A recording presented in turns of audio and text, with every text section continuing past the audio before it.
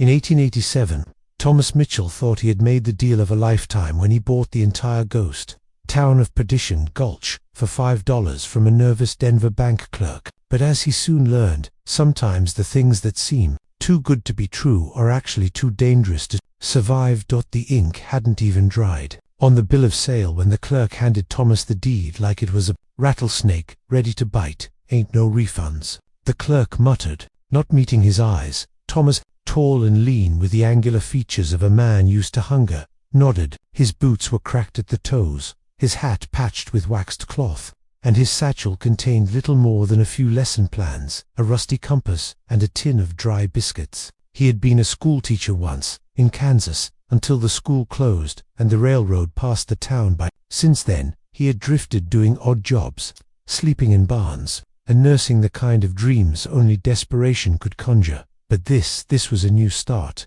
He studied the parchment. Perdition Gulch, entire township, including mine rights, existing structures, and water access. He read aloud. Sold to Mr. Thomas Mitchell for the sum of $5. Legal tender. The clerk flinched at the name. Folks don't call it that no more. Most just say the Gulch, if they talk about it at all. Thomas raised an eyebrow. Then I reckon I'll be the one to give it a proper name again. The clerk gave a nervous chuckle. You won't be giving nothing if you end up like the last ones. The last ones. But the clerk just shook his head. Just take the deed and don't come back asking questions. You got your town. Good luck keeping it. 3 days later, after a dusty stagecoach ride and a 20-mile trek with a borrowed mule, Thomas crested a low ridge and saw Perdition Gulch for the first time. It lay in the crook of a narrow valley, surrounded by jagged peaks, nestled in a bowl of sun-baked stone and pine-shadowed ridges. The buildings were intact, stark wooden silhouettes in the afternoon light. The wind stirred dust devils in the main street, tugging at faded curtains in broken windows. No smoke curled from chimneys, no chickens clucked in yards, no dogs barked, just silence. Thomas stood a long while, hand resting on the mule's harness. "Looks like it was built yesterday," he murmured. "Where the hell did everybody go?" He descended into the valley, hooves clopping on packed dirt. He passed a blacksmith's shop, its forge cold but tools still laid out like the smith had just stepped away. A rocking chair on a porch swayed in the breeze. The saloon's swinging doors moved slightly, as if someone had entered moments ago. He tied the mule outside the Perdition saloon, then pushed through the doors. Inside, sunlight filtered through cracked shutters. Dust danced in beams of golden light. Glasses stood on the bar. Cards lay on a table mid. A bottle of rye sat half poured, 2 shot glasses beside it. Thomas's throat tightened. It was as if the whole town had vanished in a single moment. He moved slowly, careful not to disturb the tableau. He picked up a chair, sat, and laid the deed on the table. "Well, boys," he said to the empty saloon, "looks like this is mine now." An hour later, as he explored the town's outskirts, he encountered his first soul. An old man with a crooked back and white beard sat on a rock just beyond the cemetery fence. His clothes were patched buckskin, and his skin was sun-darkened like leather. He held a long walking stick, carved with tribal symbols. "You, the fool, bought this place," the old man croaked, without looking up. Thomas approached. "That I am. Name's Thomas Mitchell." The old man spit into the dirt. "They call me One-Eyed Joe. Used to pan these creeks back before your daddy was born." Thomas smiled. "Well, I hope to do more than pan. I hear there's a good silver vein runs under this town." Joe turned his head slowly, revealing one milky white eye. "Ain't no silver worth what it cost to get it." "What do you mean?" Joe gestured with his stick toward the cemetery. "They didn't all die of sickness. Some of 'em didn't die at all. They were taken. One night, everything stopped. The earth bled silver, and the town bled people." Thomas looked toward the crooked headstones. The fence around the graveyard was intact, but most of the markers were unmarked wooden slats. Some were too small to mark adult graves. "You saying someone killed them?" Joe didn't answer directly. He just looked back at the town and said, "That ground's cursed. Walk soft. The wind in these hills don't just carry dust, it carries voices." Then he rose, walking stick tapping on the rocks, and limped off into the pines. Thomas stood staring after him until the wind picked up. A shutter slammed. A dog barked in his memory. Not in the air that the sun dipped behind the ridge, and shadows stretched across Perdition Gulch like the fingers of the dead. But what Thomas found in the old courthouse the next morning would chill him to the bone. The old courthouse sat at the far end of the main street, just beyond the general store and across from the schoolhouse. Its white-painted clapboard siding had turned grey with weather and time, and its once proud flagpole stood bare, creaking gently in the wind. Carved into the lintel above the wide double doors were the words, "Justice for All, Territory of Colorado, EST 1873. Thomas stood at the threshold, hand on the brass handle. Something about the building made his stomach tighten. The air around it was colder than the rest of the town, not by much, but enough to notice. He pushed open the door. It groaned like an old man waking from a nightmare. The entry hall smelled of mildew and old smoke. The walls were lined with filing cabinets, some of them still locked, others flung open with their contents scattered across the floor. Legal documents, land deeds, census rolls, all yellowed and brittle. A shattered oil lamp lay in a corner. The stairs to the upper balcony had partially collapsed, and dry pigeon droppings carpeted the railing. Thomas stepped over the detritus, heading toward the double doors that led into the courtroom itself. Inside, the benches were intact. The judge's bench stood at the far end, overlooking a raised platform. An old gavel sat on its side. Behind the bench hung a massive, dust-caked American flag. The room was silent, but not empty. It was still. Thomas moved toward the front, his boots loud in the cavernous quiet. On the floor just before the bench, he noticed chalk outlines faint, but there, 3 of them, human-sized. He squatted, brushing the wood with his fingers. "Someone died here," he murmured. But the worst was yet to come. Behind the bench, a door stood ajar, clearly leading to chambers or an office. He stepped through. The air in this room was stale, as though it had been sealed for years. Inside was a judge's desk, covered in a thick layer of dust. Behind it, a tall filing cabinet had been shoved at an odd angle, like someone had moved it in a hurry or to hide something. Thomas approached and grunted as he pushed the heavy cabinet aside. It scraped against the wooden floor, leaving a trail. Behind it, a trapdoor partially hidden under a rug. His heartbeat quickened. He knelt, fingers trembling slightly as he pulled the rug away and gripped the iron ring. He lifted. Beneath the trapdoor was a narrow staircase descending into darkness. The smell hit him first: damp stone, old earth, and something else. Something wrong. He lit a match and found an oil lamp sitting on a shelf nearby. Surprisingly, there was still a bit of oil inside. He struck the match again and lit it. The flame flickered. With lamp in hand, he descended the steps. The basement was low-ceilinged, rough-hewn, more like a mine tunnel than part of a courthouse. Walls of dirt and rock had been reinforced with beams. He followed the narrow corridor until it opened into a small room. There, in the flickering lamplight, he saw shelves of sealed crates, some marked territorial records, 1881, others stamped with the faded seal of the Jefferson Mining Company, and one crate, busted open. Inside were ledgers, survey maps, and something wrapped in oilcloth. Thomas gently pulled it free and unwrapped it. It was a journal. The leather cover scorched and water-damaged. On the front was stamped a name in gold lettering, barely legible, Mayor Elijah T. Harper. He opened the first page. April 3rd, 1881, they've returned. The men from the company. They brought more than just contracts this time. They brought rifles. Thomas flipped forward. Scanning. May 1st, 1881. They say the silver vein runs right under Main Street. They want us all gone. I told them the town won't sell. That's when Sheriff Coyle stopped by with a warning I won't forget. May 12th, 1881. We found another man dead last night, poisoned, or worse. They're not waiting for us to leave. They're going to make us disappear. May 19th, 1881. I've hidden what I can. The records, the claim maps, the letters. If anyone finds this, tell the world. They killed us for silver. Thomas slowly closed the journal, hands shaking.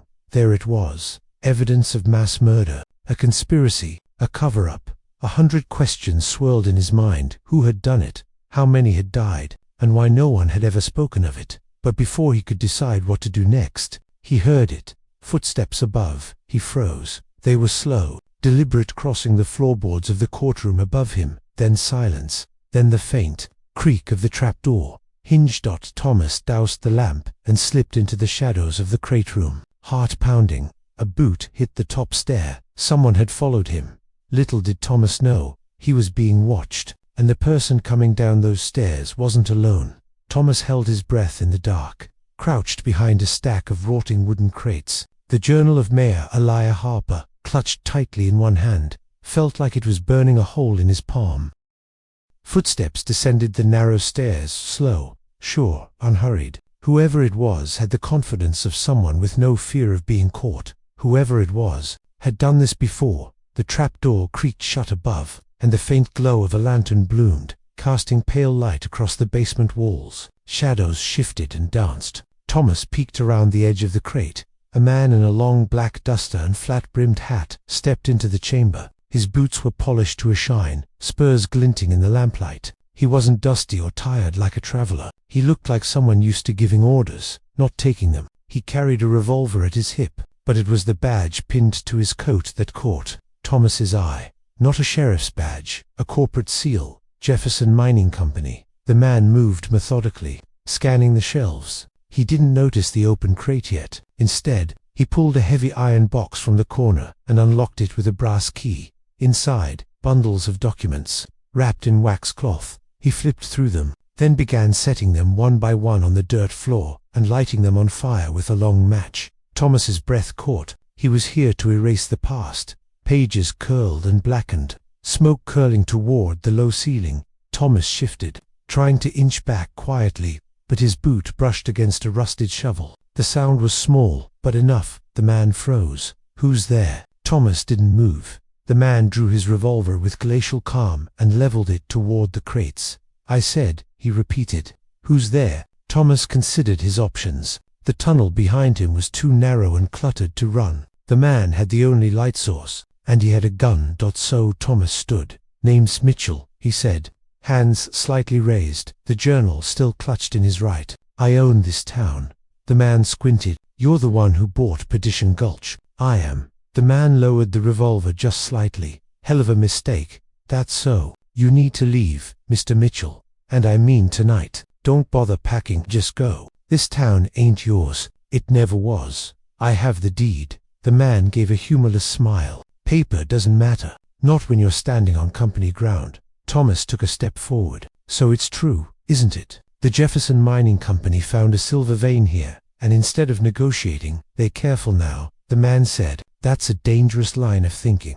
I found records. A journal. The mayor wrote, 'Give it to me.'" His voice was flat now, hard as gunmetal. Thomas looked down at the journal, then back at the man. "No." The man took a step forward. "Do you know what happened to the last man who found that book?" Thomas held his ground. "From what I gather, the same thing that happened to the rest of the town." They stood there, the fire from the burning documents casting flickering light across the man's face. He was clean-shaven, with high cheekbones and dead gray eyes that didn't blink nearly enough. "I'll give you one chance," he said. "Drop the book. Walk away. Never speak of this again. If you do, you might live. And if I don't," the man holstered his revolver with a deliberate motion, "then I'll be forced to involve others." Thomas narrowed his eyes. "You mean kill me?" The man smiled slightly. "I said what I said." Without waiting, he turned and walked back toward the stairs. "Next time, I won't come alone," he said over his shoulder. Then, he was gone. The trapdoor slammed shut above. Thomas waited 5 minutes before moving. The burning papers were nearly ash, and the room smelled of scorched ink and mold. He snuffed out the lamp and climbed out into the daylight, blinking at the brightness. Perdition Gulch was just as silent as when he left it, but now he knew he wasn't alone, and somewhere nearby others were watching. An hour later, while sitting on the front steps of the old schoolhouse, flipping through the journal, he saw a lone figure riding up the pass from the east, a rider in a gray coat. The sun glinted off something heavy hanging from his saddle. The rider dismounted near the general store and tied his horse with careful hands. Then he looked directly at Thomas and called out, loud and clear, "Thomas Mitchell. My name's Edgar Wynne. I represent Jefferson Mining Company. I believe you and I need to have a conversation about this town." Edgar Wynne had the bearing of a man who didn't wait to be invited. Tall, broad-shouldered, and meticulously dressed. He wore a dove-gray coat over a double-breasted vest, and black trousers tucked into polished riding boots. His boots didn't carry a speck of dust, despite the ride, and his face was clean-shaven, his expression unreadable. Strapped to his saddle was a long leather case, gun-shaped but too wide for a rifle. The brass buckles gleamed. Thomas stood as the man approached, journal still tucked under his arm. Wynne extended a gloved hand. "Mr. Mitchell, I presume?" Thomas didn't move to shake it. "That's right. I admire your initiative. Not many men would take a chance on a whole town for $5. Wynne smiled politely, but it didn't reach his eyes. Thomas nodded toward the general store porch. "I suppose you didn't ride out here just to admire my business acumen?" "No, sir," Wynne said. "I came to buy you out." Thomas's eyes narrowed. "You want the town. More accurately, the land beneath it. The town itself, well, let's just say it's an unfortunate inconvenience. Funny, the clerk who sold it to me didn't mention any offers pending." Wynne gave a practiced shrug. "The bank was holding the title in a legal gray area. As I understand it, they were eager to remove it from their books. They didn't know its true value." "I do." Thomas folded his arms. "And what's it worth to you?" Wynne reached into his coat and produced a folded document, a draft from the Denver Territorial Bank. $10,000. Thomas blinked. $10,000. More money than he'd seen in his entire life. Enough to buy a ranch, build a school, or disappear forever. Wynne held it out. "You sign over the deed quietly. No fuss, no questions, and the money's yours. You walk away richer than most men ever dream of." Thomas didn't move. "And what happens to the town after I leave?" Wynne's expression flickered, just for a moment. "Not your concern," he said smoothly. "Some buildings might be removed. The mine reopened. Business, you understand." Thomas looked down at the draft, then back up at Wynne. "And if I say no?" Wynne sighed, tucking the check back into his coat. "Then you'd be refusing a generous offer and exposing yourself to a variety of complications, such as, we have lawyers, deeds can be contested, claims can vanish, accidents can happen." Thomas took a slow step forward. "Tell me something, Mr. Wynne. Did you bring those gunmen with you?" Wynne smiled again, but it was colder now. "You assume I need to, but I came alone today, as a courtesy, to threaten me, or bribe me. Call it negotiation. I've already had a visitor," Thomas said. "Someone from your company, down in the courthouse basement." Wynne's smile vanished. "I see," he said quietly. "Then you've already seen too much." Thomas stepped back toward the schoolhouse steps. "I found records, the mayor's journal, testimonies. If what I have gets to the right people, you think anyone will listen?" Wynne asked, suddenly sharp. "You think the territorial governor is going to open up a scandal that implicates half his cabinet and the most powerful mining syndicate in the Rockies?" He took a step closer. "You're standing in a graveyard, Mr. Mitchell, and the only reason it's not your grave too is because I'm trying to be polite." Silence stretched between them. Then, without breaking eye contact, Thomas slowly opened the journal and read aloud. "We refused to sell. They came at night. No warning. Men in company colors. The sheriff watched it happen and did nothing. We buried the children ourselves before they came for the rest of us." Wynne flinched, then he composed himself, turned sharply, and walked back toward his horse. As he mounted, he called back over his shoulder, "You have until sundown tomorrow. That's your deadline. After that, things change." He rode away, slow and deliberate, leaving a trail of dust in his wake. That evening, Thomas sat in the general store, flipping through ledgers and inventory lists. Much of the town's history had been left untouched, as if the people had been ripped out of it without time to pack or say goodbye. He found a ledger with a final date, May 21st, 1881. All entries stopped after that day. No closing inventory, no final sales, just silence. And beside it, in a hidden drawer behind the counter, he found a key, heavy iron, labeled Bank Vault, Perdition Savings and Trust.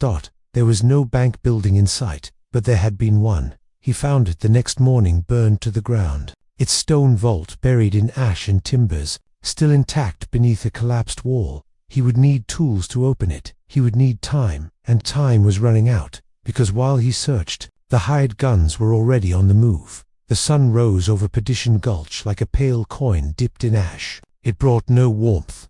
Thomas stood over the remnants of the old bank, the vault half buried beneath crumbled brick and blackened timber. The iron door, scorched but intact, lay just beneath the rubble. The lock mechanism had survived the fire. It was solid and it hadn't been opened in years. The key he'd found fit the lock, but the mechanism wouldn't budge. He needed leverage, tools, time. maybe even dynamite, and time was exactly what he didn't have. Before he could leave the ruins to find help, a sound stopped him cold. HOOFBEATS. Slow, measured, heavy. Not one horse, 3, maybe 4. Thomas ducked behind a crumbled wall just as the riders appeared at the edge of town. Long coats, wide hats, rifles across their saddles. They rode like they'd done this before. The lead rider, a scar-faced man with a drooping moustache and rawhide gloves, scanned the buildings with a lazy, practiced eye.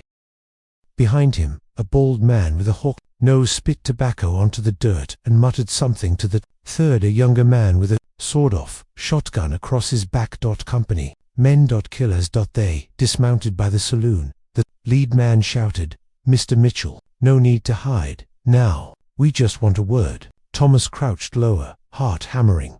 "I said," the man called again, "we just want a word. Course, we can always burn this whole place to the ground, if that helps you decide quicker." The youngest of the three laughed too loudly to Isley. Thomas slid back into the alley beside the old store, moved quickly round to the rear, and slipped into the stable. Inside, the mule brayed quietly. He grabbed a shovel and a rusted pickaxe from the wall, along with a coil of rope, and slid out the rear. He couldn't fight these men, not yet, not alone, but he could buy time. He made his way to the north side of town, where a small outcropping of granite overlooked a mine entrance barely visible from the street. Overgrown with weeds and covered by a rusted cart, it wasn't marked on any of the maps he'd seen in the mayor's journal. Hidden, deliberate, the mine itself had been collapsed at some point, whether by accident or on purpose. He couldn't tell, but someone had later reopened a narrow shaft with pick and shovel, and carved into the rock near the entrance,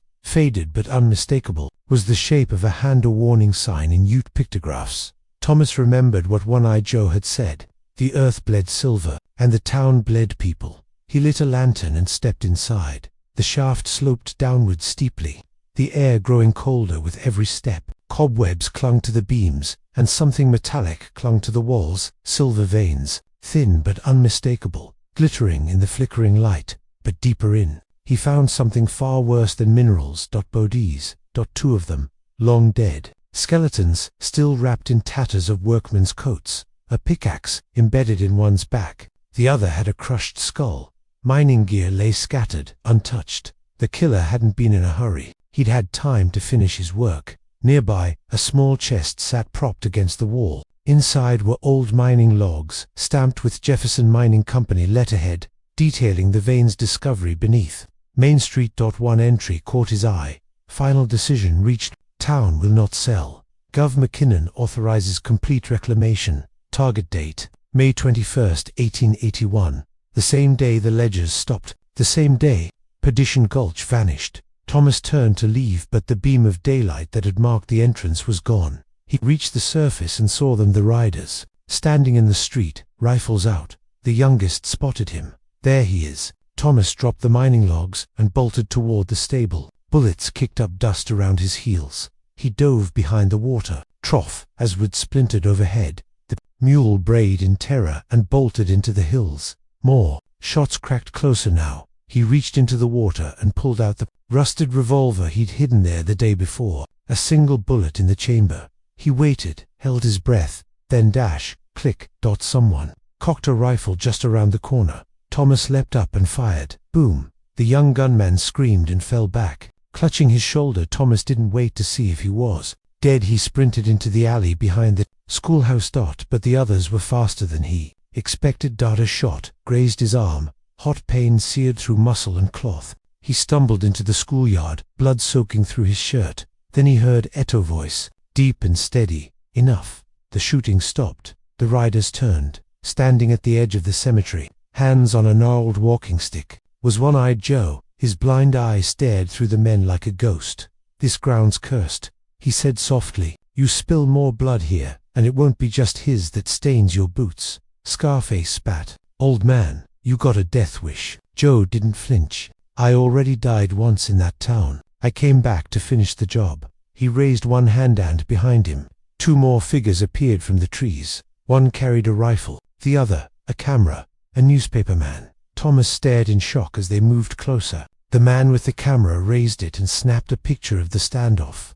Scarface cursed and holstered his gun. "This ain't over," he snarled.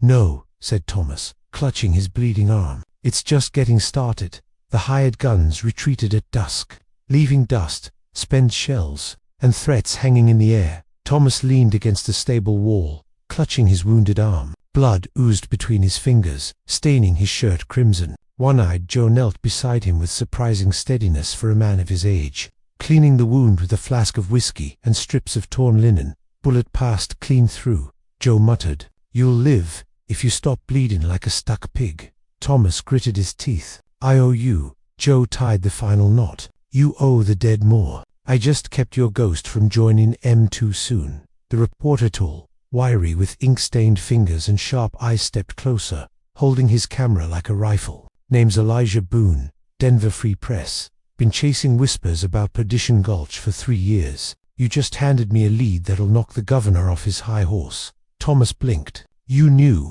"I knew something stunk." Town vanishes. No formal record. No explanation. Company buys surrounding land 2 months later, then claims they discovered the mine. Sheriff involved. Judge retires early. All too neat, but no evidence. Thomas reached into his coat and pulled out the mayor's journal, stained with sweat and blood, and handed it to Boone. "Elijah T. Harper," Boone read aloud, flipping pages. "Well, I'll be damned." One-eyed Joe leaned on his stick. "He tried to warn folks. He tried to fight M in court. They killed him for it." Boone snapped his camera shut. "This is enough to start something, but we need more. Physical evidence, records, names." Thomas nodded. "Then we go back to the courthouse." The 3 men made their way through the ghostly town. The street lamps hadn't worked in years, but the moonlight bathed Perdition Gulch in cold silver, eerily appropriate. The courthouse loomed like a mausoleum dot inside. Thomas led them down to the hidden basement he had found before, the one where the Jefferson Mining Company man had tried to burn the evidence. But now, in the lamplight, he saw something he hadn't noticed before. A second tunnel, narrow, crude, recently disturbed. Joe stepped forward. "This wasn't here before." Boone crouched and brushed away loose dirt. "They were digging, trying to find something." Thomas took the lantern and led the way in. The tunnel twisted for 20 feet, before ending in a bricked-up wall. Embedded in the mortar was a company seal, marked Jefferson Mining Co. Property sealed by order of territorial court. Boone looked over at Thomas. "They sealed it during the cover-up." Thomas raised the pickaxe he'd brought and struck the brick. Once, twice. The third blow shattered the center, revealing a void beyond. He stepped through first dot and into hell. It was a mass grave, a shallow cavern filled with bones, hundreds of them jumbled together. Men, women, children. Shreds of clothing still clung to some. A child's shoe, a woman's bonnet, a deputy's badge. The walls were streaked with soot, burned alive. Some of them. Joe knelt, his voice little more than a whisper. "They drove M underground, locked the doors, set the fire." Boone stood frozen. His hands trembled. "They didn't just kill the town, they erased it." Thomas reached down and picked up a twisted metal plaque, blackened and nearly unreadable. He wiped the soot off with his sleeve. It read, "To the citizens of Perdition Gulch, may you rest in peace." A grave marker, placed by someone who had known what happened. Boone snapped photo after photo. "We'll need to bring this to the U.S. Marshal's office. The papers, the governor, Hal, even Washington might have to listen." Thomas was silent, staring at the bones. "They'll come for us," he said quietly. "Win, his men, maybe even the governor's people. They can't let this get out." Boone nodded grimly. "Then we hit first." That night, they carried the surviving crates of evidence from the basement and loaded them into a wagon. Maps, journals, burned ledgers, some still legible. Boone wrapped them in oilcloth and locked them in a steel case. Joe stood watch, outside with a shotgun across his lap. "They'll be back by morning," he muttered. "Mark my words." Inside, Boone looked at Thomas. "You've got a choice, Mitchell. Sell the town, take Wynn's money, walk away." Thomas shook his head. "I've seen too much." Boone extended a hand. "Then we ride together. Denver first. Then we tell the world." But Thomas didn't shake it yet. He looked out the window of the courthouse, across the silent town. "No," he said. "We don't run. Not yet. We make them come to us. We bring it all to light right here where it happened, in the gulch." And as dawn broke over Perdition Gulch once more, the truth had a voice again. But justice, Justice still had a gun pointed at its head. The morning sun rose over the ridges like an accusation, casting long shadows across the dirt streets of Perdition Gulch. Thomas Mitchell stood on the steps of the courthouse, with his arm in a makeshift sling, the mayor's journal in one hand and a Winchester rifle resting against his leg. Beside him stood Elijah Boone, the reporter, chain-smoking and checking the lock on his steel evidence case for the 5th time. Further back, just within earshot, One-Eyed Joe sat in a rocker outside the old general store, his shotgun resting across his knees like a lazy dog that could wake up. Angry, the air was too quiet. Even the birds seemed to have taken cover. "They'll come before noon," Joe muttered. "Too bold to wait, too desperate to stop." Thomas nodded. "Good, let them come." Boone raised a brow. "You're looking to die out here, Mitchell." Thomas's jaw was tight. "No, but I'm willing to, if that's what it takes." Just after 10 o'clock they came, 4 riders from the west, kicking up a tail of dust. Behind them, a coach, black, polished, and pulled by 6 white horses, moved up the pass like a funeral procession with no mourners. Thomas watched through a spyglass. He recognized Scarface leading the riders, his mustache whipping in the wind. Behind him was the bald killer from before, his Henry rifle balanced in the crook of his arm. The third man was tall, lean, his face hidden behind blue-tinted spectacles. The fourth was Windot, and stepping down from the coach, Governor Wallace Mick, Kinnon, Territorial Governor, Judge Kingmaker, the man who had signed the order that killed 200 souls. He wore a white suit and a pearl-handled revolver, and looked like he hadn't aged a day since 1881. "Lord," Boone muttered, "the bastard actually showed up." Thomas slung his rifle and started walking down the street, slow and steady, boots echoing off the old buildings. He stopped in the center of town, beside the dry fountain, and raised his voice. "Governor McKinnon." The governor tilted his head, like he was listening to a distant wind. "I know what you did. I've got the documents, the survey maps, the journals. You killed this town. You buried them. And now you want to kill me too." McKinnon stepped forward slowly, every movement calculated like a stage actor playing a king.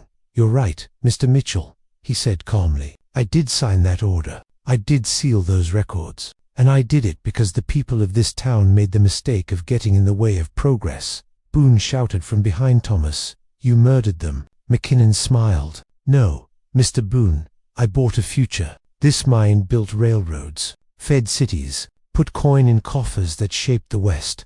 Some people just happened to be standing on the wrong vein of silver." Scarface chuckled. Thomas's grip on the journal tightened. "You could have paid them," he said. "Bought the land fairly. No one gets rich by asking permission." McKinnon said, "The ones who do that end up like you, poor, bleeding, alone." "Not alone." The voice came from behind McKinnon. A dozen riders emerged from the trees behind the pass miners. Ranchers, old veterans of the Ute, wore some holding rifles, others picks and shovels. Word had spread. One-Eyed Joe stepped into the street. "We buried them once," he called. "We ain't burying the truth with them." McKinnon turned to Win. "You told me this was contained." Win's face was pale now, sweat on his brow. "It was." Boone snapped a photo. "Too late. This whole town's a crime scene now, and I've got your confession on wax." The gunman Tensed. Scarface whispered, "Say the word." McKinnon paused, then sneered, "Burn it down." Gunfire erupted. Thomas dove behind the fountain as bullets cracked past his head. Joe fired from the porch, dropping one of the riders. The townsfolk in the hills returned fire, pinning down the company men. Thomas aimed and fired. Win fell, clutching his leg and screaming. Boone dragged the evidence case toward the stable, dodging a bullet that shattered the trough beside him. Scarface advanced behind the cover of a wagon, firing wildly. He was 10 feet from Thomas when a blast of buckshot from Joe's shotgun sent him spinning into the dirt. That bald gunman made it to the courthouse steps, but never reached the door. A rancher from the pass dropped him with a clean shot to the chest. McKinnon stood alone, white suit now dust-covered, pistol drawn. He looked around, no backup, no escape. Thomas stepped forward, rifle lowered.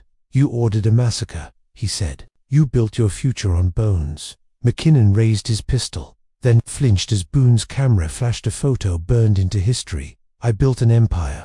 McKinnon hissed, "And it dies today." Thomas said. He fired. The shot echoed across Perdition Gulch like a THUNDERCLAP. Governor Wallace McKinnon collapsed into the dust. Dead. The shooting stopped. Smoke hung low over the town like a spirit too stunned to leave. Thomas dropped to his knees, exhausted, wounded, and trembling. Boone stood beside him, breathing hard. "It's over," he said. Thomas looked toward the courthouse. The bones in the basement, the scorched records, the whispers of the dead. "No," he said softly. "It's just beginning." 3 days after the gunfire ceased, Perdition Gulch no longer felt like a ghost town. The wind still whispered through the broken eaves. The saloon doors still creaked when the breeze caught them. But now there were voices, hammering, digging, rebuilding. And for the first time in years, the town was no longer silent. Thomas Mitchell stood in the old cemetery, hat in hand, watching as a crew of locals, along with Boone and a U.S. Marshal, exhumed the hidden mass grave behind the courthouse. A team from Denver had arrived the previous day, escorted by a group of reporters, lawyers, and clerks. What they'd found had already begun to make national headlines. Massacre in the mines. Ghost town hides secret of 200 lost lives. **** Denver Free Press. Territorial governor implicated in silver conspiracy. **** New York Tribune. Exhausted and sleepless, but burning with righteous fire, walked up beside Thomas holding the front page of his own paper. "Never thought I'd break a story bigger than the Garfield assassination," he said. "But this'll haunt every governor in the territory for a generation." Thomas nodded, saying nothing.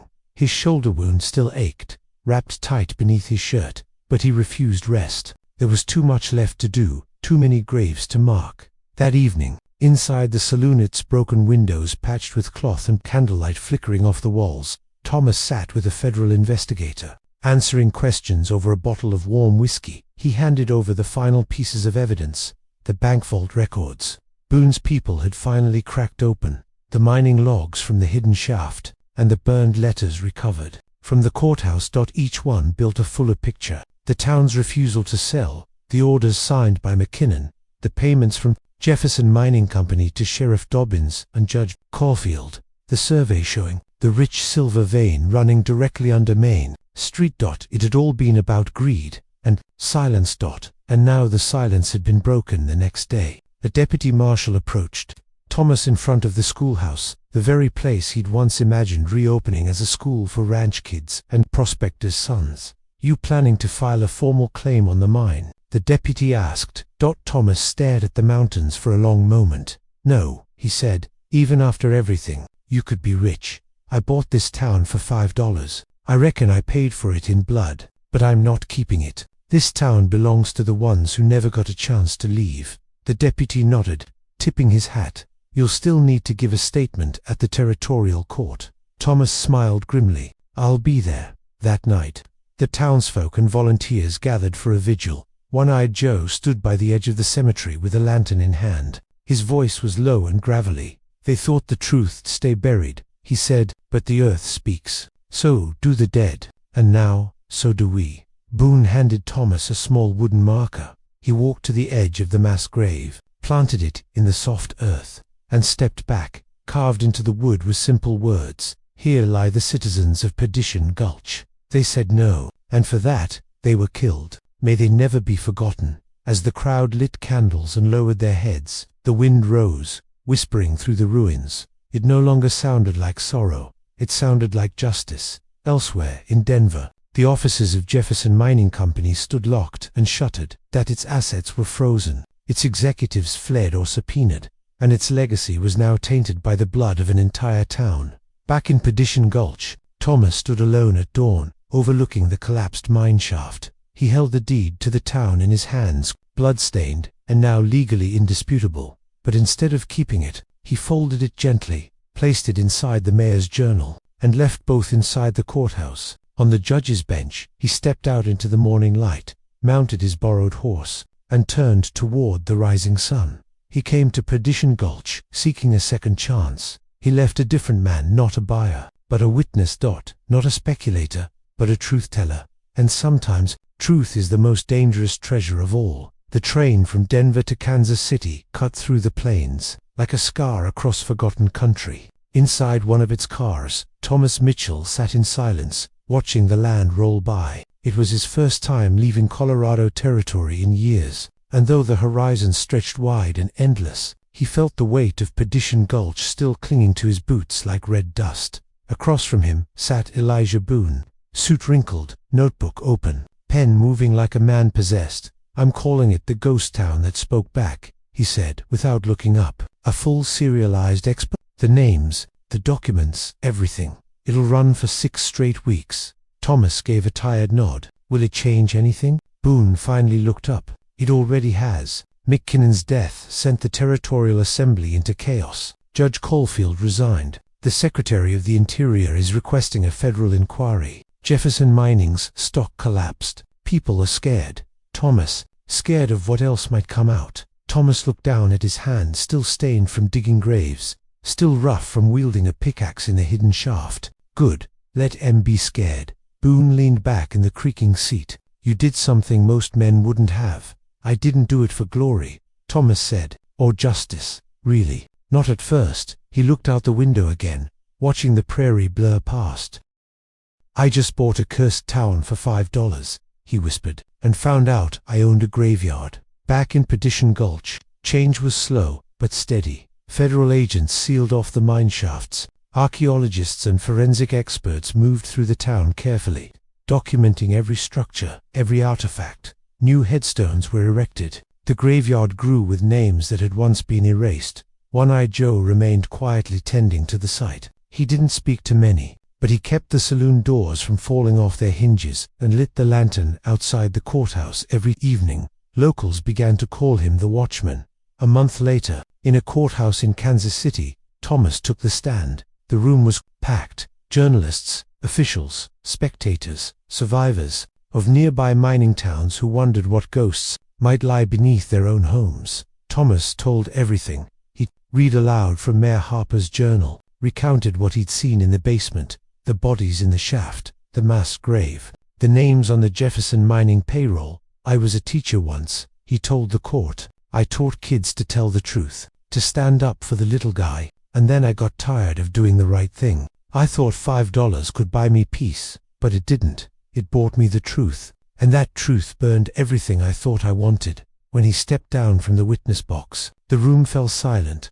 Justice wouldn't come fast, and certainly not clean, but the wheels had begun to turn. That winter, Boone published the full story in a bound volume. It spread like wildfire across the country. Perdition Gulch, a town bought in blood. It forced a reckoning in the West. Territorial governors resigned. Mining laws were overhauled. Federal marshals investigated dozens of towns. And in one rare act of bipartisan agreement, the United States Congress officially recognized the massacre at Perdition Gulch, the first such acknowledgement of a corporate-sponsored atrocity on American soil. It wasn't enough, but it was something. As for Thomas Mitchell, he disappeared from the public eye after the trial. No homestead, no interviews, no book deals. Only Boone knew where he'd gone. He returned to Perdition Gulch, not to reclaim it, but to honor it. He built a schoolhouse again, just a single-room structure with hand-hewn benches, sitting on the hill above the cemetery.